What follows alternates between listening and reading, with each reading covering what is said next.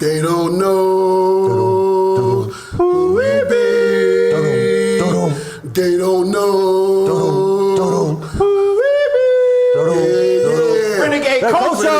No doubt. Wait a minute, no lyrics though? Yo, I want some man, fucking lyrics. That's it for right now. That's all right. Pick up the DMX. The pain, the hurt, the rain. Okay. Oh, there you go. That's what I'm talking about. Ladies and gentlemen, you know what I'm saying? Lassie and Tweety Bird in the building today. Shout out to DMX. No doubt, You know what I'm man. saying? Send that Get well soon. Get well soon, and if you don't, you had a good life and a good career, B. That's all I can say. I'm sorry about how it went out, but I'm just, you know.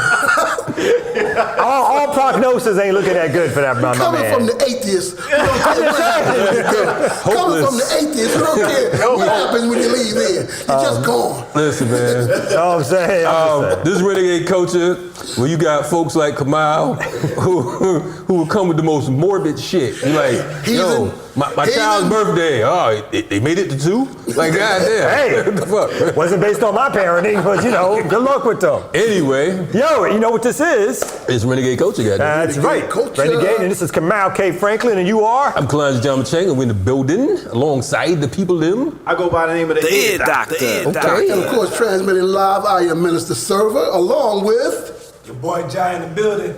Ah, oh, got that voice. Sound like he has some. Yeah. That sound like you and shit. Like he's trying to replicate your shit. You know what I'm saying? But I got that deep voice, so you know he wants to be. Jai in the I'm his mentor. You know what I'm saying? his mentor? He's my mentee. My mentor. I ain't gonna talk about the last. Don't look up the definition. Last of Black mentor. Power. just say it. How is that? Oh, Jesus Christ. Be the checkman. Y'all got me saying Jesus. I don't even. Hey, listen, I don't know what's up, Kamau and Jared with these old mentoring everybody. Blah. We ain't gonna get into that right now.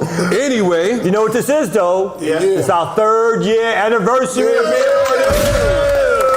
yo, man, right. big up to y'all for we real. got 3 Big years. Yes. You know, and it's crazy because I was checking out the 1 year, not the 1 year, the first day show, joint we yeah. did. You Oh, know what yeah. I'm saying? Now, for those who don't know, we got the first show, and then we got the pre-show that came before the first show. Yeah. Now the pre-show was some bullshit. And we hopefully the pre-show will be forever lost in the archives. I still got that tape. It's like still 7 do? of us sitting at a long man. table. Yeah, it wasn't. You said 7 of us? Yeah, it was like all foggy. Actually, it was about How many? 5, 4? It was about 4 of us. 3 if you're fat. But anyway. So we had to shave off some folks. Yeah, start off with too much cargo. You know what I'm saying? And then we pared it down, hooked up with like playback sound. Yes. You know what I'm saying? And since Yes. then it's been a history It's been history. of hard work. We had a theme song. Free work. Which we haven't done in a long time, yo. Yo, man. What's that? I You know what I'm was thinking saying? that too long What's ago, that? man. Bid 'em in, bid 'em in, bid 'em in. No, that's not- I feel like I'm on a damn slave plantation over here. Well, That ain't the theme one, song? two. Can you be quiet? Yeah. Perhaps. 1, a 2, a 3. The R, the E, the N, the E, the G, the A, the D, the E. It's Renegade. Word up. Renegade culture. Yo, that's oldie the but goodie. illest thing, man. That's an Yo. oldie but goodie. It took 3 years. And finally, y'all all spelled that shit right. I know. Nobody looked at the damn thing. I saw the ear doctor looking I over did his look a little at your shirt though. I did peek a little bit. I was like, okay. like, is it a 3rd E or A or whatever? Yes. So anyway, though, you know, we got a big show tonight. It's definitely a big show. Definitely shout out to all of our listeners and Patreons and folks who've been rocking with us from day one. That's right. It's crazy because of the fact that when we first sat down here at Playback Sounds, you know, we sat down and didn't even have a fucking plan as to what we was going to talk about. We just started running our mouths and it was like, yo, we got some chemistry. You know what I'm saying? And you know, shit rocked on. In fact, it was the 50th anniversary of the assassination of Dr. Martin Luther King, I believe.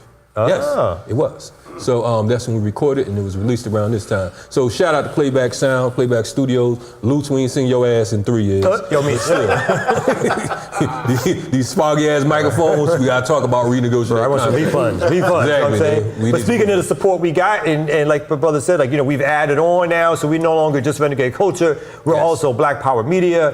We got friends and family. We got a lot of Patreons who've been showing us mad support. They've been showing love. And so again, those folks who gave us $5 or more, I know I'm not not supposed to mention amounts, but those who gave a little bit more than some others, we promised them a free shout out on Renegade Culture. And only here will we fuck up your name without a problem with the more money you give. So, but before you say that, I want to say for those that didn't give that amount, we appreciate you still. We still you know love what I'm saying? Yeah. We don't want to come off like that other guy was talking about something.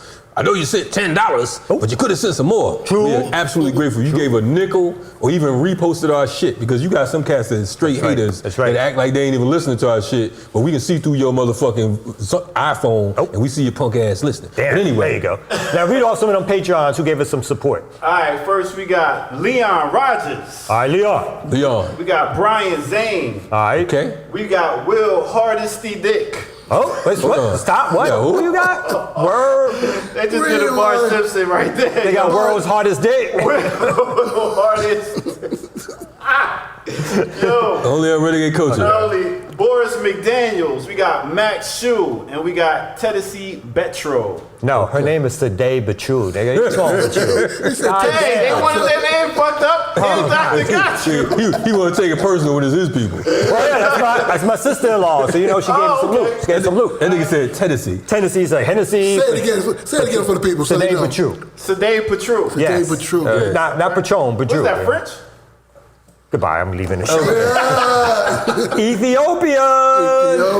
Okay. So yeah, let's get back to a show road trip before this turns sideways. It's gonna be all the way. So we got some hot topics tonight, some important things that are going on. Yes. And in honor of our third year, we're not gonna have no guest on today. Yes. We're gonna do the way we used to do it old school. We're gonna kick it and talk about the issues that are happening in our community. Yes. So we got a lot of stuff coming up, including the trial with George Floyd, performative activism and organizing, talking a little about COVID, and then some what the fuck segments. So we're gonna come back in a second.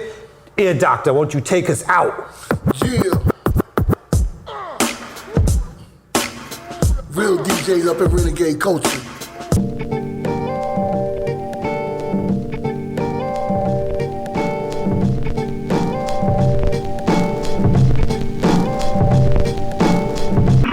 Shout out to Renegade Coaches in the building. We back on the air, you know what I'm saying? Yes. Episode, we don't even fucking know, but it's a lot. I know we got over 100 episodes, 300, I was gonna say 300 years. 300 years. 3 years. Yes. That's the ancestors talking to you. 107. That's the ancestors talking to you, brother. I know, I feel like That's it. what it is. 108. People in the back, our producers like 108. They're like, wow, 2, 3. Episode 108.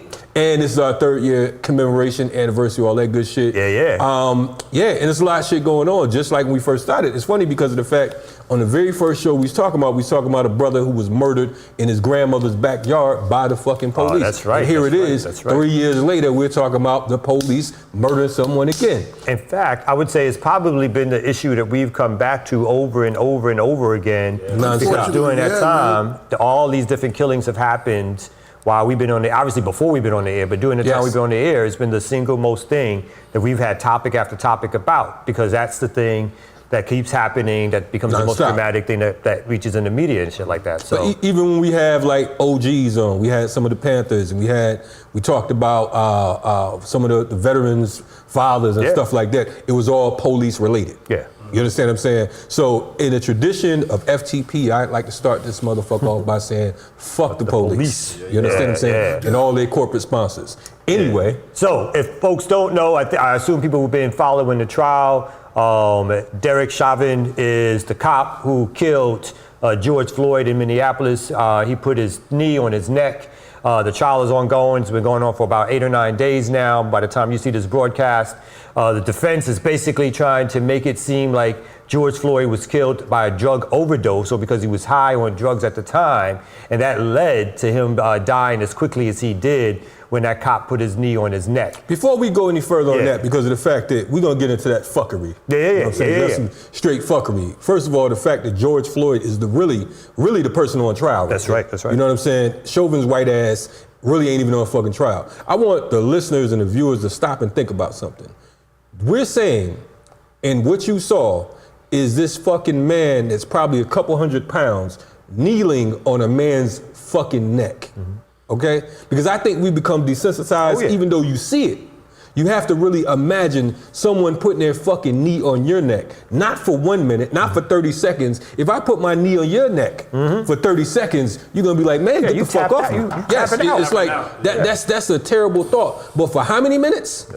9 minutes. 9 minutes. Nine You minutes. put your fucking white Over 9 ass knee minutes. and sitting looking around like a Shifting like, his weight like and a all that vulture. different type of shit. You Yes, know what I'm saying? yes. Because when they showed the different angles, they showed him shifting his weight to apply more pressure. Yeah. He was literally trying to murder that man. Yeah. And for those of you who know anything about fighting, the more you lean in, you're applying more pressure, like you said. Exactly. Now, the ill shit about that is it's unfortunate because we got to definitely hit on the case. But but I'm looking at this and I'm like, you know, I keep hearing folks talk about, man, I wouldn't have been able to stand there and watch this thing go down or whatever. I would have did something. That shit sounds real good. Okay, I understand that our people are in fear. Okay, so I'm not gonna tell you, look, you should go get a fucking brick and bust somebody's head open. But I promote it. You know what I'm saying? I wouldn't be against you.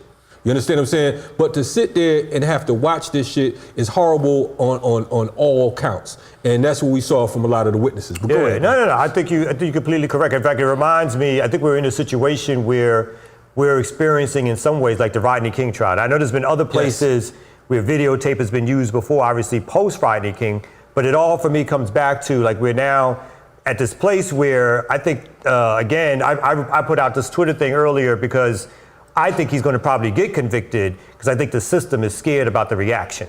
Because unlike Rodney King, where folks had to videotape and folks waited because they thought somehow justice would be served and they went out to the streets. George Floyd was an indication of how times have changed somewhat, where folks hit the streets when the video came out and people were like, yo, I can't believe this shit happened, right? So I think they're scared to death that if they let this dude off, that, because from what I've been looking at in terms of the trial, it seems that, you know, they got the police chief coming out, they got all these folks saying, no, this was definitely not our rules and regulations. Right. So this is the system trying to protect itself, not changing, but just protecting itself to stop things from happening before. So I wouldn't be surprised. I know other people are saying different things, but I wouldn't be surprised to see this person convicted because I think it means something for them to try to protect themselves. That's exactly what it is. But fuck that, because of the fact that even if he is convicted, okay, when's the last time you seen a cop get over fucking 15 years, 10 years, 12 years? Even the situation down here in Atlanta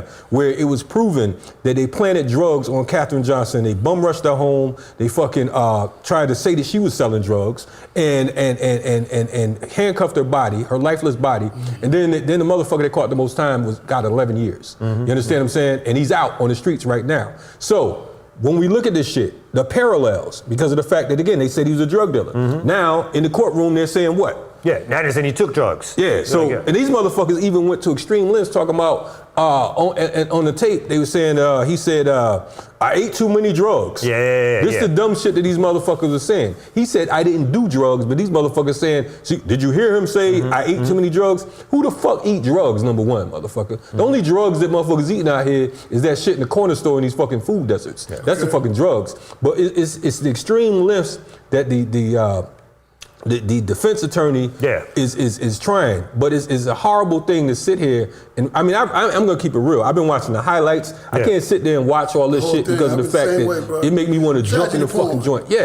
And it's like we're in a bad state of. You mentioned Minister Server mentioned earlier that in Minneapolis was the only other place recently, I guess, where a cop has been convicted of killing somebody, and in that case, it was what? It was accidental, and it was a black Ethiopian cop and a white woman. And because of the pressure on that, but see, you know, I would agree with both of you saying they're probably going to convict him because then they act like he's just a bad egg, as opposed to the whole system being fucked up. They don't want to deal with that because if he doesn't, then it will show that it's the whole system. You know what I'm saying? That's out of order right now. But the people in Minneapolis and around the world are ready for, because again, back 30 years ago, you said with the Rodney King, we had no clue that was going to come down like that.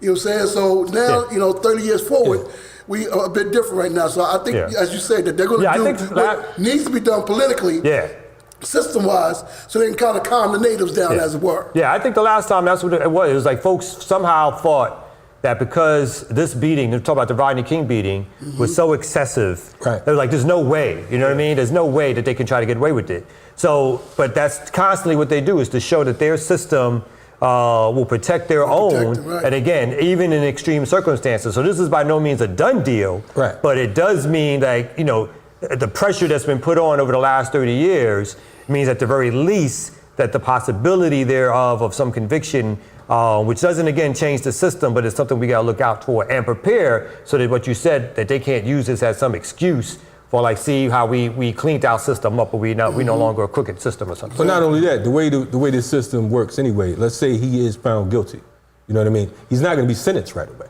You know what I mean? So they're going to give it enough time in between. So when they say he got 2 years or time served, like in the case of the Oscar Grant situation, where these motherfuckers came with that particular angle, that the natives would be like, well, you know, at least they convicted him, so on and so forth. But I mean, there's no way that this motherfucker could possibly walk. Now, we wouldn't be surprised if he walked. But at the same time, we're sitting here and we're looking at this horrible shit. And not only that, the fact that they're televising the trial is an ill dynamic because of the fact that you get to see the little cat who called the police on him. You know what I'm saying? And he's like one of the most hated motherfuckers in America. Traumatized, man. He's traumatized. He's traumatized, but he's also hated. Because motherfuckers is like, your punk ass, over $20, you started the shit off. Oh, yeah, and that's how they gonna look at him. It's unfortunate, no matter what. but it's the reality. But then you have to look at the EMS, the firefighter woman. Right. You know, the judge jumping down her throat because of the fact that she was quote unquote getting smart. I mean, like, fuck y'all. Exactly. You know what I'm saying? I mean, it's like, I couldn't imagine if we're sitting here, Renegade culture, if that shit went down in the parking lot, I don't imagine the outcome would be the same. No. I couldn't even imagine. No. And I think that what we have to do, brothers and sisters that are out here checking us out, listen, man, we're not promoting violence. We're not necessarily condoning it, but I'm pro self-defense, man. I mean, we can no longer sit around and watch this shit happen. And the recording, man, in Islam, they say that people fight oppression in 1 of 3 ways. They say you change it with your hands, you change it in your heart, with your heart, speak out against it, or you hate it in your heart. Some of you motherfuckers are afraid to hate it in your heart. You understand what I'm saying? Pick up a brick if you got to, do what the fuck you got to do, because these motherfuckers are out of control, and it's not a new thing. This has been the system. This has been what the fuck policing in America has been since the days of chattel slavery. So we have to change this shit one way or another. And let's remember, like, this George Floyd in this modern time, because obviously, like, the last 6-7 years, maybe a little bit longer than that, has this police brutality struggle has been constant, right? And we've had since, even, this wasn't directly the police, but the stupid-ass security guard who was posing like a cop, with Trayvon Martin sort of introduced this sort of new era, particularly of online I don't even want to say activism that or organizing. And then we have from Trayvon, we have Mike Brown, and then since then there's been sort of lulls, but George Floyd's killing, Breonna Taylor's killing, and then later on Rashad Brooks' killing kind of offered this new wave for a year ago, even during the pandemic, in which cats hit the street and then folks started talking about the funding. But we got to notice, right? So the point about this case is that, again, even if this cop is convicted, if you look around the country, most of these policing structures, not even most, none of them have changed. So the firing of a police chief doesn't change the system.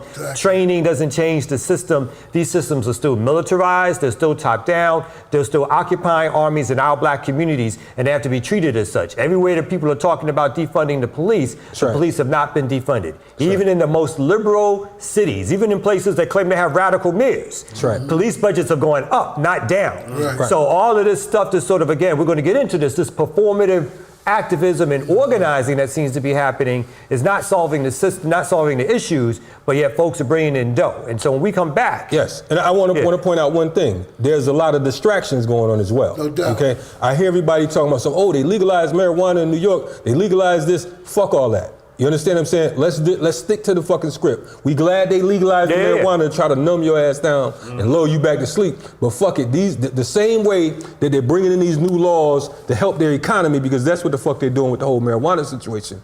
That concentrated focus should be on police terrorism. So we should be talking about how we're going to decentralize the police and change that shit around. That's right. Anyway, so we're going to talk more about performative organizing and activism when we come back on Renegade Culture. Bye.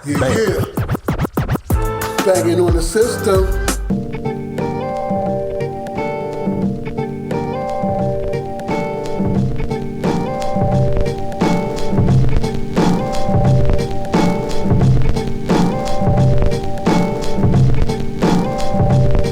Fuck that shit, cause I ain't the one. For a punk motherfucker with a badge and a gun to be beaten on. Or thrown in jail, we could go toe to toe in the middle of a cell. Renegade culture. Shout out to NWA, old NWA. Fuck the police, and Kalonji said it with authority. That's right. True. bitch. Word up. Anyway. No sponsors for this show. We get no sponsors at all. And our shit getting flagged. Shout out to Black Power Media for tolerating us. But folks who won't get flagged and who getting plenty of sponsors. So let's get into it a little bit more about sort of performative activism and organizing. And it's not necessarily about just one person, because there's a whole culture around what this is like, right? So what we have today, and again, it's not necessarily new, but it's just been like pumped up to another level. It's amplified. And I think it's not, like you said, it's not new. It's a historical journey. It's something that's always taken place. That's right. You know what I'm saying? Even in back to slavery, back in chattel slavery, you always had motherfuckers who was trying to be the overseers. You had folks who was the yes or boss. I'm not even gonna say the house niggas, because of the fact that, for those of you who know, there was brothers and sisters who were in the house who was putting broken glass in massive shit. But these motherfuckers. Number one house nigga right there. That's why we got I'm on the light side. I would have been up in You'd definitely been in the house. I've been in the attic. I would have been in the attic. And every now and then this relationship shows that. But anyway. But I would have burnt the fucking house down. That's right. Either that or we'd have burned his ass down. So, getting back to business. So we see that it's been a long history of this shit, and then we fast forward and we see the shit with Jesse Jackson.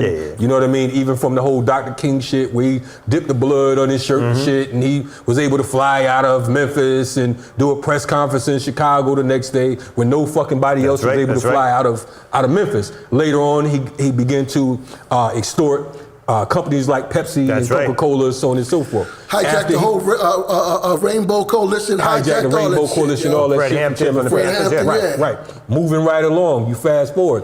Al Sharpton becomes the new prince. He inherited everything from Jesse. He took over the throne. Straight hustler, saying he was the godson of James Brown. Scalping fucking tickets in front of the Apollo, you know what I'm saying? Getting knocked the fuck out on TV with Roy Ennis. Oh, that's right. That's right. What was my man named that show? Morton Downey Jr. Morton Downey Jr. You from up the way. Performative activism. That's performative activism. So now we fast forward to this year, and we have people who come out of that particular tradition and out of that camp. So now all of a sudden we have deals with Cadillac. Motherfuckers doing Cadillac commercials. We're doing the Sister Soldier on the Grammy. That's right. That's right. Now, are we trying to, let's get some shit clear, because some of you motherfuckers, I hear y'all talk about, oh, that's my friend, and that's, nobody give a fuck about your friend. We talking about combating liberalism here. We're talking about not being liberal. If Kamau is doing some bullshit, it is my duty to point out that you're on some bullshit. It ain't because we cool. It ain't because I've been knowing you in a while. Minister Servive, I've been knowing him for 20 years, but it means absolutely shit if he's fucking over the people. In fact, it's my duty to step to him and say, listen, you have to correct this shit, or I'm gonna out your ass in front of you. You understand what I'm saying? So we have these folks that's out here today who, they have no revolutionary fervor. They grit their teeth in bullshit. You know what I'm saying? Motherfuckers haven't been out in the streets putting in that work, that groundwork. We're in the age of the internet. So in the age of the internet, you could be whoever the fuck you want to be in the world. You know what I'm saying? So people like us, we're being looked at like, oh, y'all just hating on the brother, y'all just hating on the sister. No, we hating on the bullshit. We have to understand that we are at war for real. It's not just a fucking slick soundbite or a slogan that you use for the fucking Grammys. We're at war. And if we at war, like any fucking country on the planet, any country at war, nobody's gonna be getting up talking about tap dancing and entertaining. That shit's not gonna happen. There won't even be no award shows when you're at war for real.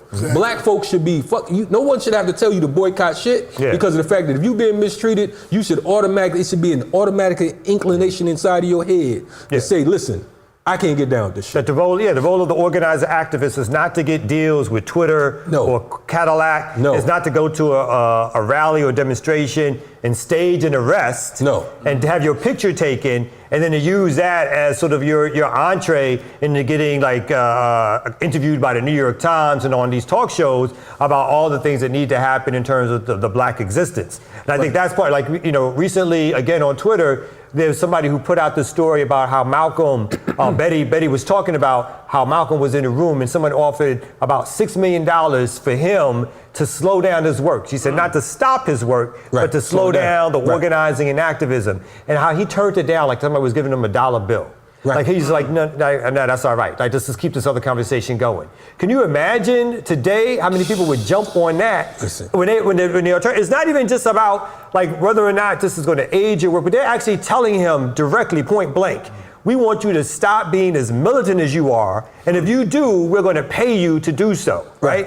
Folks are taking... Is that not the definition of a sellout? That's the definition of a sellout. In full effect. People are taking those deals, right? Whether they knowingly or not, they're taking those deals, and ideologically speaking, like you said, they're tied to an organizing and activism whose tradition is far more around integration and policy than it is around self-determination, black control, black power. But what they've done now that wasn't like back in the day, except for Jesse, I guess, who mastered this around the Fred Hampton thing, is that they've incorporated militant language into how they do their organizing. Because it's fashionable now. Yeah. Back in the day, they didn't do that shit because it wasn't fashionable. That's right. But we have to look at folks like Al Sharpton who tried to set up Assata Shakur. You understand what I'm saying? We got to look at folks like Jesse Jackson who tried to set up many of our leaders. You understand what I'm saying? So with this whole particular dynamic, we have to think about certain things. And the fact that this discussion is even being had in 2021 is a devastating thought. Imagine our ancestors.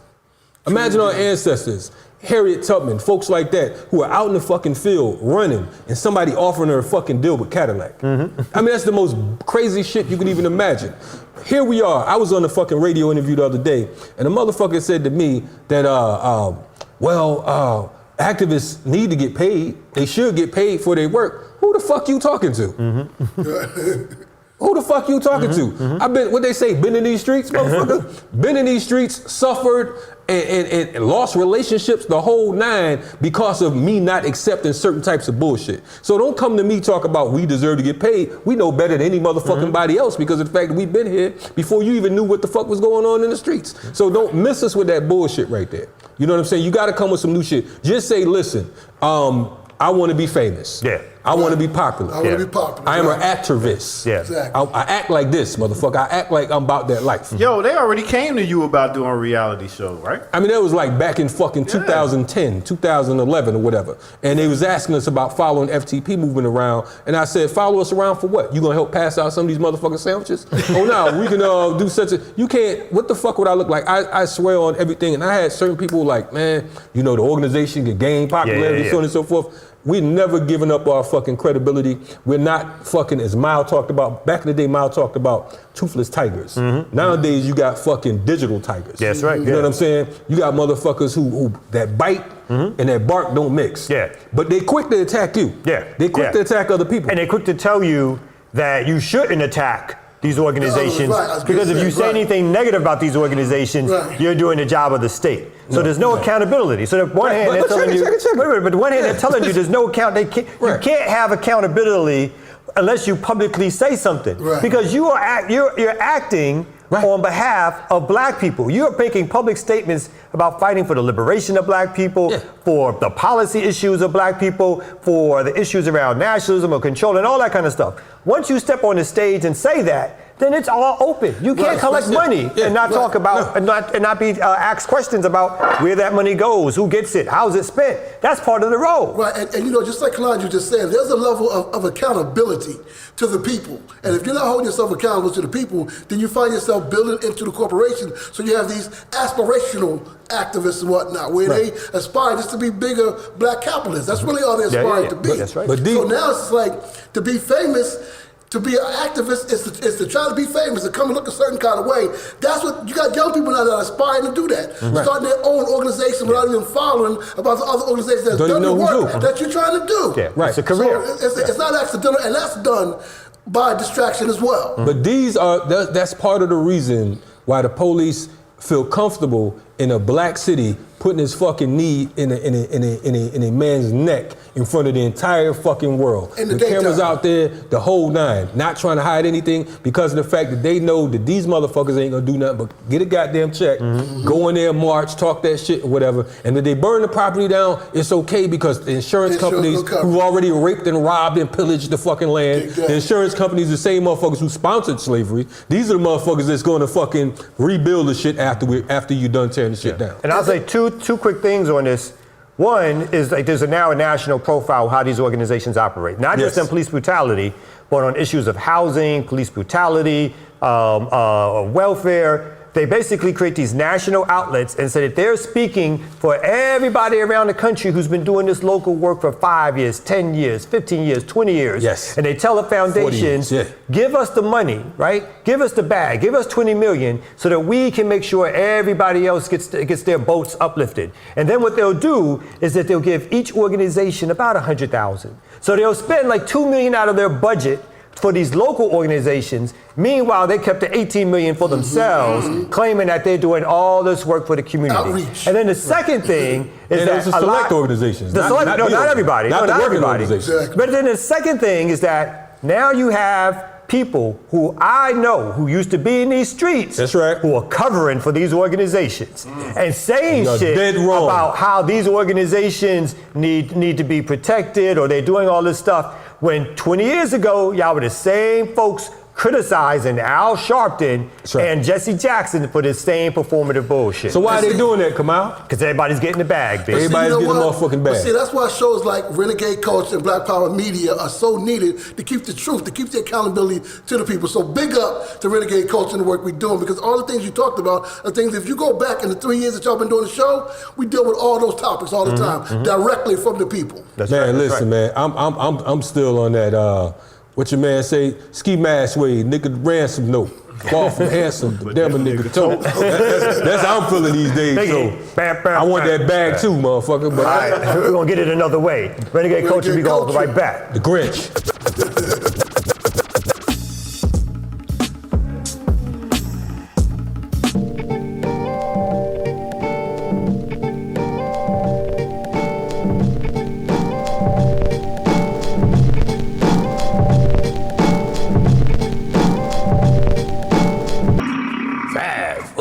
3, 2. That's how the producer sound. Y'all can't hear me. Shit. You know what I'm saying? He's giving us our cues and be ready to get back on the air. Yeah, over here sound like James Brown. You know what I'm saying? Max, I'm talking about DMX a little bit too. Like, people don't want to admit that the brother's gonna die. I understand. Hey, we all gonna die, man. I mean, like, he's basically dead already. Not like, you know, he's no death. Oh, my Anyway, bad. shout out to DMX. Big up. What Kamau talk about? Kamau mad because DMX ain't from Brooklyn. Just like he ain't. But anyway, right. we gonna move on. Let's move on, brother. So basically, we talking about what's going on. We talking about a whole lot of shit today. Yeah. Kamau gonna need security after this joint. No doubt. From a dead man? I don't understand. Anyway, so kicking it off, we're gonna kick off about SB 202. Yep. Right? It's the Election Integrity Act. It was a bill signed by 23 white folks, 22 white men, and 1 white woman.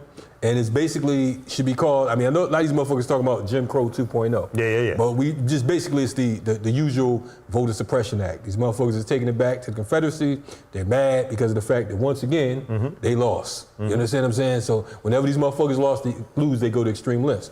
Now, I understand that the All-Star, Major League Baseball All-Star game has been pulled out of Georgia because of that particular bill. We support that. I know they took the signs down yesterday. The Georgia Board of Tourism was saying that they've lost up to $100 million off of that move or whatever, based on tourism, right? Now, Kemp, this lowlife, raggedy bastard, who's a pure fucking racist, he's the same motherfucker that had his fucking shotgun, talking about rounding up illegals. He bought a bus during his election campaign, talking about rounding up illegals, and here it is, you motherfuckers voted for him anyway. Anyway, this rat bastard said he's not letting up. Now, there's a few Negroes that's running behind him saying that you shouldn't boycott because such and such. That's my King voice, because Bernice King is one of them. Okay?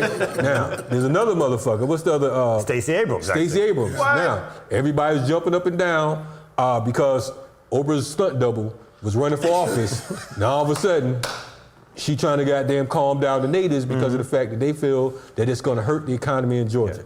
Now, I know some of you listening and saying that's fucked up. You attacking black women. No, I'm not fucking attacking black women. I'm fucking attacking this fake ass democracy that we live under. Malcolm said democracy is a hypocrisy. You understand what I'm saying? And they stand by that. That's right. Anyway, so any thoughts on that whole? Well, yeah, I mean, I think, part of this is like Kemp's attempt to win favor with the conservatives. There's a rhyme. Kemp's like attempt. that. Kemp's attempt? Okay. Oh, you like that, you know what I'm saying? Not Johnny Kemp. Just got paid. Just like, you know what I'm saying? Like a little DMX for you. Relax. So some of this is saying that this is Kemp's attempt to win back over the conservatives because Trump, when he was in office, tried to press Kemp and the Secretary of the State to either call the election, throw out the election results, and because it would be so blatant that they decided not to do that. Right. But Kemp now, because Trump is going to come after him, is trying to go hard right and do the voter suppression, which he thinks will allow him, one, to appease Trump voters, but two, to cut off black votes, Latino votes, more liberal votes, I guess, whatever there is of that, from getting Stacey Abrams winning over him in the next gubernatorial election. So I think there's a lot at play here in terms of what they're trying to do and the strategy behind it. And some of it, I think, is like this whole thing around elections, again, taking center stage. I'm not saying they're not important, but this narrative continually gets pushed that this is through the salvation of us as a people has to go through this policy and this voting stuff. And again, it's important, there's billions of dollars behind it, but this back and forth around it is not going to mean something to cats on the street. Let me just be real with that. On the real. Like, communities ain't going to change. Zero. You can go into liberal places with liberal governors. You can go here in Atlanta, a place with liberal mayors. What happens on the street is not what happens up in these boardrooms and these elected high official offices where these folks just cut deals with each other. It doesn't matter as much who's in office. Stacey Abrams, if she gets in office, as much as y'all may love her, she's gonna cut them deals the same way Kemp has been cutting them deals. And those deals are gonna be cut with corporate enterprises to make sure that they can keep their headquarters here in Georgia and or in Atlanta, that they can get the tax breaks that they want, that they can get everything that they need, free property, cheap property, bonds issued to help them, while the little people continue to struggle and they just get a pittance of the resources and get to pushed out. Yeah, that's all. Yeah. So, like the song used to go, man, you better listen to your corner and watch the hook. Anyway, what else we got going over here? Yo, so we also got the stuff around COVID. So we haven't really talked a lot about COVID recently, but as folks know, the vaccine has been out. The inoculations are stepping up. Did you get yours yet? I haven't got mine yet, but I might go get it soon. Okay. Although I'm still, Johnson & Johnson? Yeah. It's still one of those iffy things, but I still may get mine soon. So people are talking about whether or not we're reaching either herd immunity, and or two, whether or not things are going to change because the vaccines are out. In some places, including Georgia now, have started lifting all their restrictions. And because of that, there are now some spikes in certain places. So the question is, are we in a post-COVID society, or are we going to still be living with this for a long time? Well, it's funny. I was in a dirty ass Kroger the other day, and over the intercom, they said we have 4 more COVID shots we're giving away. Now I'm looking at this motherfucking place. I wouldn't even eat the fucking fruit out of there. You understand what I'm saying? You just said you was in there though. I mean, I was, but I was going to get some shit like some fucking paper plates and packages, some shit. You know what I'm saying? Some fucking plastic bags. Nothing fresh, nothing alive. Yeah, some roach spray in case I see the police or something. So You know what I'm you get a saying? vaccine at Kroger? The motherfucker, yo, listen, man. It's all over now. Yeah. It's everywhere. I I know mean, that. shit. Wow. Man, and I was at Kroger in the hood, and and I see the people looking at shit, and I'm looking like, please don't like them. I'm like, man, this right here, if you think that these and they sound like they was giving them away. We got 4 left. Come on down. Get your shot. Motherfuckers looking at me like, nah, motherfucker, I'm the only one shooting around this bitch. So I ain't sticking no motherfucking needles in me talking that crazy. I mean, I'm going to probably get the shot. I mean, I think eventually my wife is going to get it soon. Okay. I think most folks. So you gonna let your wife go first? Hell yeah, that's what you got. That's what a real man does. That's what a real man does. Ladies first. Ladies first. That's what a real man does. You gonna wait like 6 months? I'm like, baby, you okay? Like, oh well, all right. Let me go get this now. And then crazy. But Insurance policy just changed and everything. I think, for the most, millions of people have gotten these shots now. Millions and millions and millions of people have gotten these shots all around the world. In fact, the Western world has hoarded all of these shots, and it's like 0.01% of so-called what we used to call third world, Africa, Asia, Latin America, have had access to these inoculations and stuff like that. So as these folks are treating themselves and their populations, others aren't. So I think, relatively speaking, the shots are safe. I think that is. So what you worried about it? Wait a minute, let me hear, doctor. Wait a minute. Listen, I mean, the thing is, they got different strands coming out, so they saying like once you take it, then you still might can get it. It's like, what's the purpose? I think it's gonna be like the flu. That's what I think this is gonna be. This is gonna be every year you gotta get a boost or something. I ain't never got a flu shot. Me neither. Here at Renegade Culture, clearly that shit is split down the goddamn middle. Yeah. And it's a bad day in America when I'm on the ear doctor's team. I be goddamn if I'm getting the motherfucking shot. I had COVID, and I'm saying fuck that bullshit because of the fact that it's always some brand new shit that these motherfuckers invent. To me, COVID is a fucking extension of capitalism. That shit wasn't bouncing around like this before. Now all of a sudden, a monkey ate a fly who ate a frog and fucked a dog and all this other crazy shit. Now it's here just like the green, was it the fucking green monkey with AIDS back in the day? Man, fuck all that. No, but there's new, I mean, we're not saying, I mean, there's new viruses that happen all the time. Yeah. Within sort of the human community, again, and it's close to what you said, right? Some interaction around food that's not properly stored or cooked or something along those lines. So that's nothing new. Right. And we've had pandemics before. And we've had pandemics where millions upon millions of people have died. Yes. And we've also had vaccines that have actually helped support people living. So I'm not opposed necessarily to, I think it's been rushed. I think it's quick. I think there's still things that are sort of, the experiment is happening on the ground. But I also think, even though I compare it to the flu, this thing is much more dangerous than the flu. So I think there's reasons that make sense to why we may need to take a shot as opposed to just waiting and seeing what happens. There's a lot more cons than pros, it sounds like over here. It sounds like there's more pros than cons to taking the shot. Yeah, the pros mean that you'll go, pros mean that you'll see if there's a heaven after you die, motherfucker. Like DMX. We know what, we got a few minutes left before we go. Yeah. We're going to have our bold question. Okay. My man prepared. He's got, it's like 2 in here. Oh, shit. Okay. Special for the 300th. Yeah. 300th episode? Wait, not 300th episode, 3 years. I can't see you like me. I was like, is it 300th Don't get episode? the COVID shot. Fuck that. Fuck what you talking about. Don't get your COVID shot, B. Fuck a COVID shot. But anyway, go ahead. Okay, this is kind of sappy and shit like that. It's like just some old Houdini shit right here, yo. Hey, it's two questions in there. The man said you want me to do both, or you want me to do? It's up to you. All right, you do one, let me do the other one. All right, go ahead. You grab that one. All right. Okay. So this one, so we're going to ask each other the question, or when we come back from the break, you want to answer it? Okay, I'm scared to know. All right, let's do that. I set myself up for this bullshit. You did. Okay. This shit feel like you got some chewing gum in here stuck to the motherfucker. Maybe that's. But go ahead. All right, you ready? Oh, yeah. You go ahead and ask the question. I'm going to ask you the question. Yes, You'll answer it now when we come back from the break. I know, I heard you. I'm going to look at you in the eyes, brother. You look at me in the eye. Define the word love. Why you laughing on that? I know, you know right? what I'm saying? Good question. Sensitive bastard. It does. Motherfucker want me to look him in his eyes. I know. I didn't get Come that on now, part. brother. That's a real question, brother. Go Define ahead. the word love. What's that? What you got for me? What is your, what kind of coleslaw did you eat on Renegade Culture Podcast? What is your favorite Renegade Culture podcast? Oh, okay. Episode perhaps? Episode. Yeah, okay. All right, so when we come back, we're going to answer those questions. Set you up, Kalonji. You know what I'm saying? And we're going to have a great outro when we come back on Renegade Culture. Boom. Yeah. Yeah, doctor.